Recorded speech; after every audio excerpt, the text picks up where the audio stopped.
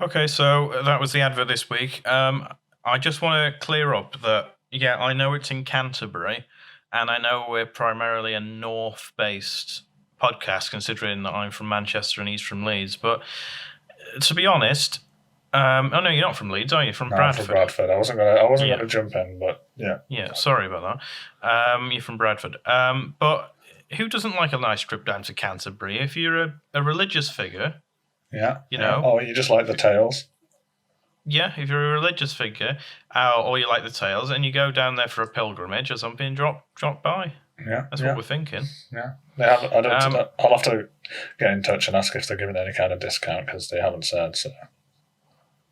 Yeah. Maybe like the longer you walk, the more money you get off. Wouldn't that be a good way of doing things? Yeah. Yeah. So like if you have to go somewhere in Australia, you get things for free. Right. Bring it on. Okay, so this one's quite a long one, so strap yourself in.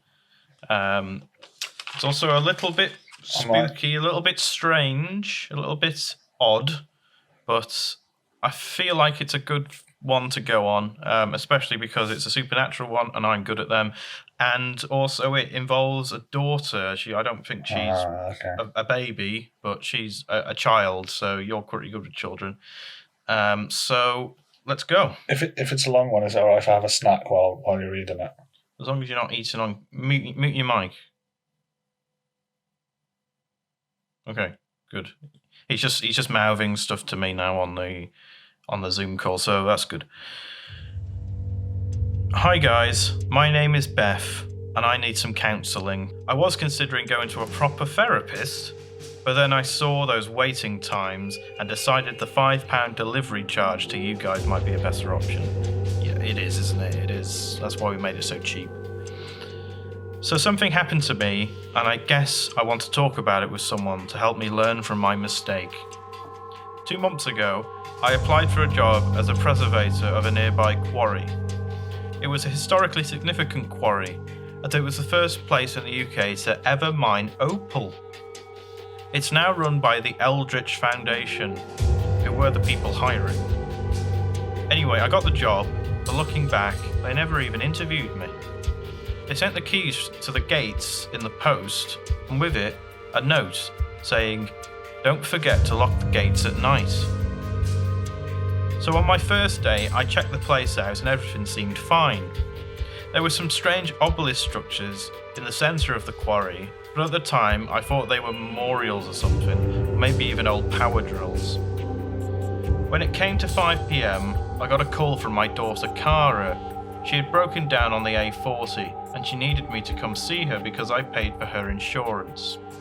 Needless to say, after this incident, I'm not paying a single penny of Cara's insurance ever again. I was in such a rush that I forgot to close the gates. Honestly, I was fuming, so it just completely slipped my mind. After dealing with Cara's insurance provider and giving Cara a piece of my mind, I suddenly remembered about the gate and let out a big sigh. Oh, that wasn't in a letter, that was me. I hightailed it back with the keys in hand. When I got there though, things were different. The obelisks were glowing green, and in between them were huge writhing monstrosities that looked like butchered cows mixed together with an orangutan. What's worse is that some of them were getting through the gates. I ran out of my car and locked the gate quickly when there was a chance, but that didn't stop some of the cow monsters escaping. I drove home very worried, and I handed my resignation in the next day. I've not told anyone about this, but then something on the news compelled me to write to you. According to the news, a nearby butcher has a new special meat that everyone loves. What if he's found a cow monster? Guys, what should I have done to stop this madness from happening? What should I do now? Beth. Oof. Scary, eh?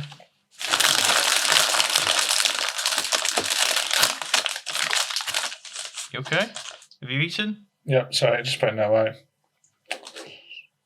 Did Did you hear that? You weren't over. I'm not going to have to read it again, am I? No, I heard it all. Okay.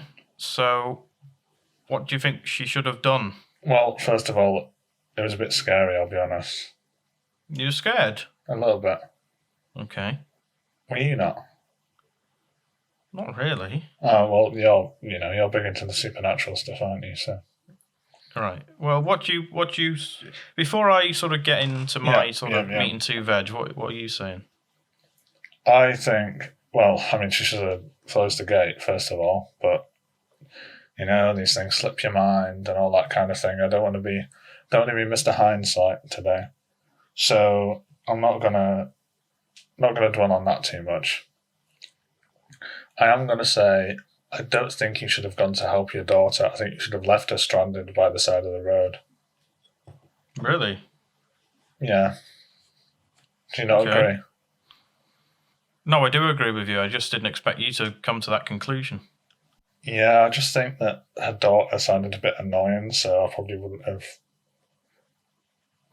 bothered going to see her. Okay, fair enough. And she said broke down. I mean, we don't know what the problem was. It could have been something easily solvable. Maybe.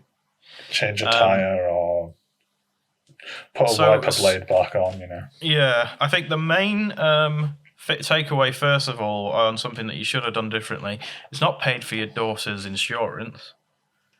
Right, okay. I don't think... Yeah, because that's the reason why you had to go in the first place. Yeah. So that's a good point.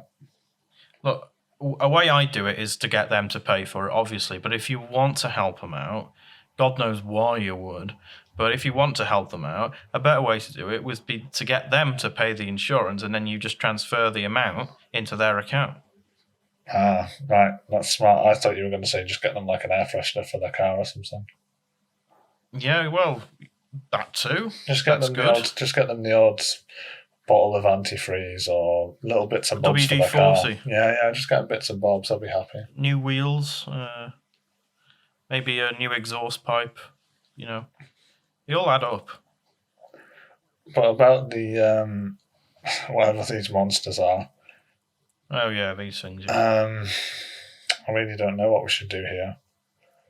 I want to hear what you have to say, Barrett, and then I'll try and counter it with something. All right. Okay. So, the supernatural element here is obelisk monsters. Right. They're not very well known.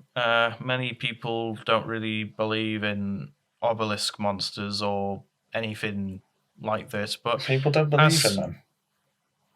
Yeah. People are quite skeptical about these ones. Huh. But so the main thing with these is they basically mix together two animals from completely different walks of life and make them into what we see today, an oranga cow, I'm going to call this. So what, obviously I've never come across an oranga cow, so I can't really... What would it sound like?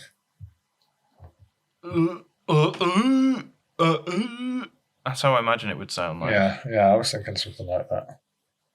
Or like a... That's quite a good one. It'd probably sound more like that. So I think... thinking about that, that's a good point, really, Mango, because you got to think about what an orangutan would normally does, which is usually sit around and pick its nose and scratch its bottom or something. What a cow would do, which lie walk on the around, grass, eat grass, eating the grass. Yeah, so you got to think about the way to deal with these oranga cows is really to think where would they go, what would they do, and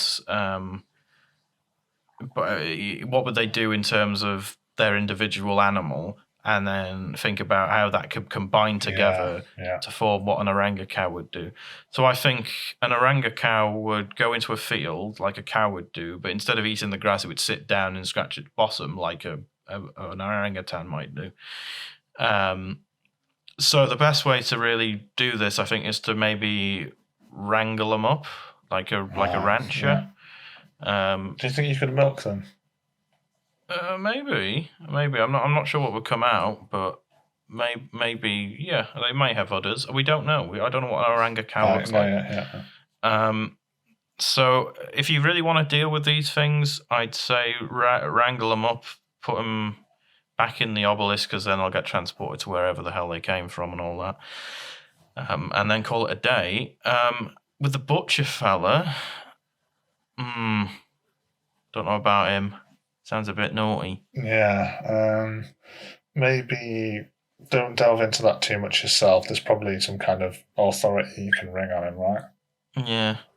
I'd recommend maybe doing a bit of reconnaissance around him, because obviously it sounds like he's got in contact with one of these oranga cows, maybe killed it and selling the meat.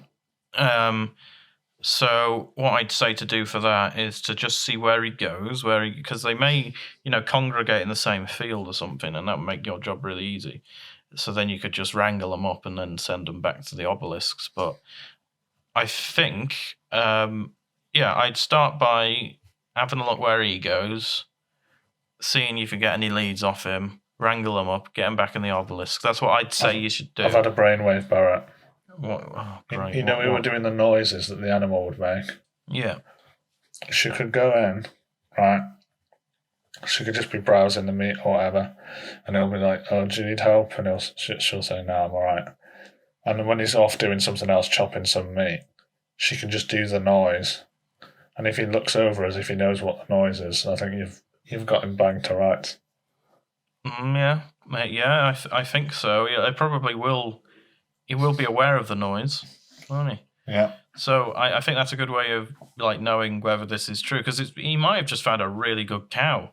He might have done, yeah. He might just be really working on a special blend of herbs and spices. Yeah. But I think the money's on him finding an oranga cow. Okay, so my sort of takeaway is, what you should have done is, I would have taken the job of the quarry, and I would have made sure that I'd probably check out the obelisks instead of just assuming that they're just memorials, because they are a bit striking, especially the ones I'm thinking of. Then definitely I wouldn't pay for my daughter's insurance. I think that's the main takeaway here. Definitely don't do that. And then coming to what you should do is, look, you've got the oranga cows out there now. Wrangle them up, get ranching. Yeah. Get them back. Yeah. And see what happens. We've come up with some good solutions and good ways of finding out whether this butcher knows about oranga cows. The only thing I haven't really thought about is how we'd actually wrangle them up. I assume you'd use a lasso, but then again, I don't really know if an oranga cow. Orangutans are quite clever. Yeah. I think if you got a few people in 4x4s, you could probably herd them somewhere. Yeah. Okay. Well, you're gonna have to get a few people in on this. So I pretty much agree with what you've gone over there, Barrett. Should have closed the gate again. I won't dwell on the fact that you should have done that because it was your job. So yeah, get those animals back together. Maybe study them a little bit actually, because they sound pretty rare. Well, yeah, they are. Yeah, I've never seen an oranga cow. Also, if you want to try the meat, we won't judge you. He's already killed it, so. I might. All right, problem solved? Problem solved. Problem solved.